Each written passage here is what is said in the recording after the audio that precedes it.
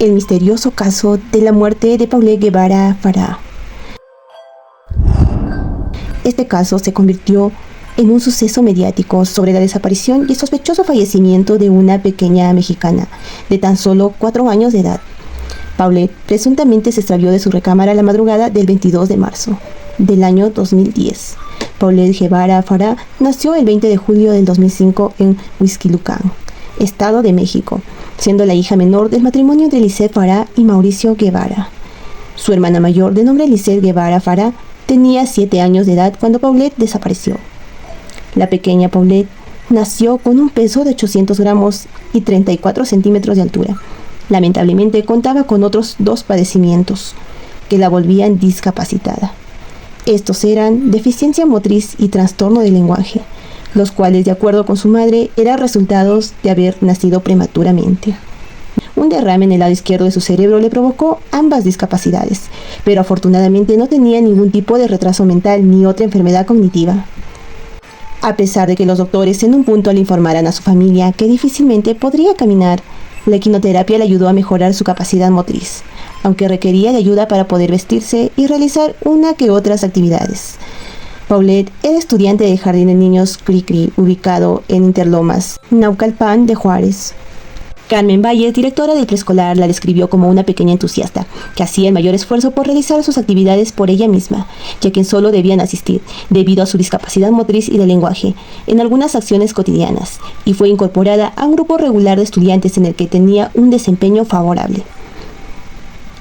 También dijo que sus padres acudían constantemente a las actividades relacionadas con la educación de su hija. Pero, ¿cómo es que inicia este misterioso caso? Aquí en Nuestras Realidades les contaré cómo es que sucede todo este suceso. La noche del domingo 21 de marzo del 2010, Paulette llegó con su hermana y su padre a su apartamento ubicado en Huixquilucan, Estado de México, después de que los 3 salieran a Valle de Bravo. La madre de las niñas no viajó con ellas debido a que días antes había salido de viaje con su mejor amiga Amanda y su instructor de gimnasia a las Islas Los Cabos, pero el 21 de marzo ella ya se encontraba en casa y esperaba la llegada de sus hijas para arroparlas y prepararlas para dormir. Y así fue como lo hizo. Esa noche supuestamente fue el último día que la madre vio a Paulette, pues durante la madrugada del lunes 22 de marzo desaparecería misteriosamente. A la mañana siguiente, Erika, una de las nanas que trabajaba cuidando a las 2 hermanas, fue a despertarla para llevarla a la escuela, y fue ahí donde notó que Paulette había desaparecido. Es aquí donde inicia todo este misterio. La nana informa a la madre, Lisette, que no encontraba a Paulette. Esto es lo que las lleva a iniciar una exhaustiva búsqueda en todo el edificio donde vivía. Su padre, Mauricio, notificó a su hermana de la desaparición de Paulette y después ella informaría a las autoridades de Huixquilucan. Más tarde, el alcalde lo notificó al fiscal general del Estado de México. La Procuraduría General de Justicia del Estado de México difundió un cartel con una foto de Paulette y algunos datos sobre ella. La tía de Paulette, Arlette Farah, envió correos y subió fotos de la niña en las redes sociales, donde las noticias se difundieron con gran velocidad y los cibernautas desencadenaron una búsqueda masiva. Por la noche, Lisette Farah, en un video, llamó al presunto secuestrador y le pidió que le devolviera a su hija, que la dejara en un centro comercial o un lugar abarrotado, y aseguró en televisión que no habría represalias. En una entrevista, Lisette no lloró, pero parecía nerviosa. Después de la notificación, distribuyó folletos con la cara de Paulette, pidiendo poner anuncios en televisión y transportes públicos. Mauricio Guevara también apareció en los medios pidiendo que le devolvieran a su hija. Recordó que había salido a trabajar la mañana del lunes 22 de marzo, cuando aparentemente Paulette había desaparecido. Su familia buscó por todo el departamento y el edificio, pero Paulette nunca apareció. La policía descartó que se tratara de un secuestro, ya que no existían señales que dieran indicios de un posible robo. Las chapas de las puertas estaban intactas, así como las ventanas y todos los accesos a la residencia. El complejo de viviendas tenía vigilancia, pero nadie vio nada. No podía salir sola, dijeron, porque tenía una discapacidad motora y de lenguaje. Las autoridades, con ayuda de binomios caninos, peritos, policías de investigación, iniciaron la búsqueda de Paulette en el departamento donde ella vivía. También estuvieron al pendiente del caso muchos medios de comunicación y cibernautas de redes sociales. En todos los lugares estaba la cara de Paulette, una niña de 4 años que había desaparecido misteriosamente en su propio departamento. Las autoridades, luego de evaluar todas las evidencias, encontraron que las declaraciones de los padres de la niña de 4 años eran contradictorias.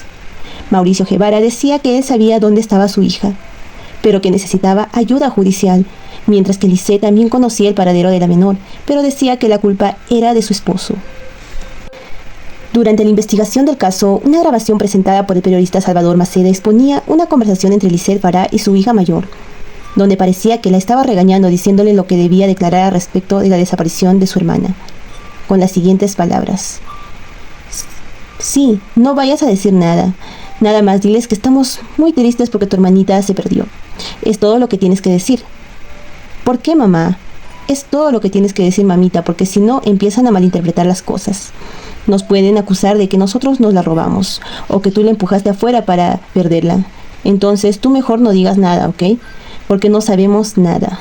Farah negó todo esto diciendo que la grabación había sido editada para que sonara como si ella estuviese diciéndole a su hija que ocultara información. Sin embargo, más tarde aceptó que estas fueron las palabras que le dijo a su hija, argumentando que sí había dicho eso, pero no con el contexto en que se había mostrado.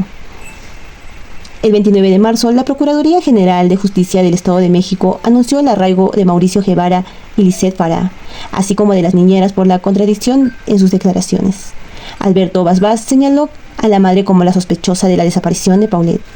Al día siguiente, los padres de Paulette son trasladados a un hotel para cumplir su arraigo domiciliario de 30 días, hasta que el caso pudiera resolverse.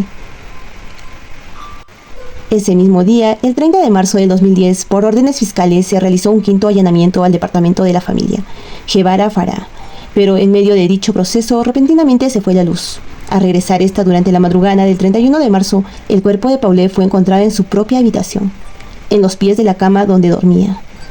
Fue hallada en estado de putrefacción y envuelta en las sábanas de su cama entre el colchón y los pies de la misma. De acuerdo con las autoridades mexiquenses, la menor murió por asfixia. Sin embargo, las dudas comenzaron a relucir, ya que días antes la madre de la menor había realizado varias entrevistas en ese lugar, así como también una amiga de la familia, Amanda de la Rosa, había dormido ahí durante 4 días, a quien también se le consideró como sospechosa y también fue detenida. Luego del hallazgo del cuerpo de la menor, la madre de Paulette inicia los trámites para salir del arraigo en el que se encontraba, por lo que el 3 de abril inició un procedimiento de amparo. Al día siguiente, un juez les concede a los padres y a las niñeras la libertad. Ninguno pudo salir del país porque las investigaciones continuaron. El día 5 de abril, en entrevistas separadas, los padres entraron en una guerra de acusaciones verbales. Lisette aseguraba que su marido la culpó de la muerte de Paulette, y Mauricio decía que su fallecimiento no podía haber sido solo un accidente, y que no iba a meter las manos al fuego por su esposa. Finalmente se concluyó que la infante había muerto debido a un accidente, con la causa de muerte siendo descrita como asfixia mecánica, debido a la obstrucción de cavidades nasales y compresión de tórax abdominal. Esto fue informado de manera oficial por el entonces procurador Alberto Basbás. La autopsia que se le realizó reveló lo siguiente: tenía una tela ortopédica sobre la boca que se le colocaba cada noche para evitar que la tuviera abierta mientras dormía. Sus restos no fueron manipulados después de fallecer. Ingirió alimentos al menos 5 horas antes de su muerte, además de señas de un golpe en el codo y rodilla izquierda. No contaba con signos de violencia física o sexual, y tampoco se encontraron rastros de drogas o sustancias tóxicas en su sistema que pudieron haber afectado su conciencia. La misma necropsia estableció que su fallecimiento se registró entre 5 y 9 días antes de que fuera encontrada, aunque no lograron precisar la fecha y hora exacta de su deceso.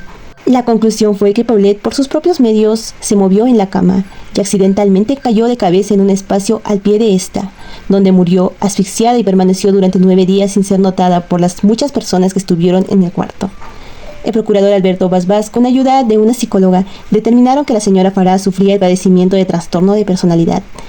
Esta conclusión fue hecha debido a sus constantes entrevistas en las cuales se mostraba tranquila, fría y distante, así como no verse afectada por la situación que en ese momento se encontraba viviendo, al no llorar ni reaccionar como se espera que lo haga una madre. Todo esto la llevó a convertirse en sujeto de acusación formal, volviéndose la principal sospechosa del caso. El 6 de abril, el cuerpo de Paulette fue sepultado en el Panteón Francés de San Joaquín, localizado en la Ciudad de México. La procesión fúnebre fue encabezada por su madre sin ningún miembro de la familia Guevara, debido a un previo acuerdo de los padres. El 7 de abril, la familia Guevara le negó a Lisette ver a su otra hija, quien se había quedado con la familia de su padre desde el domingo 4 de abril. Sus compañeros del Jardín de Niños Cricri la despidieron en una ceremonia póstuma, el 12 de abril. Los padres de Paulette se divorciaron y la custodia de la hija mayor del matrimonio se le otorgó a Lise Farah, quien había interpuesto una denuncia contra su esposo exigiendo la custodia de la niña. El 10 de mayo, el Estado de México otorgó la custodia de la hermana de Paulette a su madre. 7 años después, el 3 de mayo del año 2017, el cuerpo de Paulette fue exhumado y cremado, ya que las autoridades consideraron que sus restos ya no eran evidencia para la investigación del caso. Eric y Marta Casimiro eran las nanas que trabajaban con la familia para cuidar a Paulette. Ellas aseguraron que el cuerpo de la niña no estuvo en su habitación desde el día en que desapareció.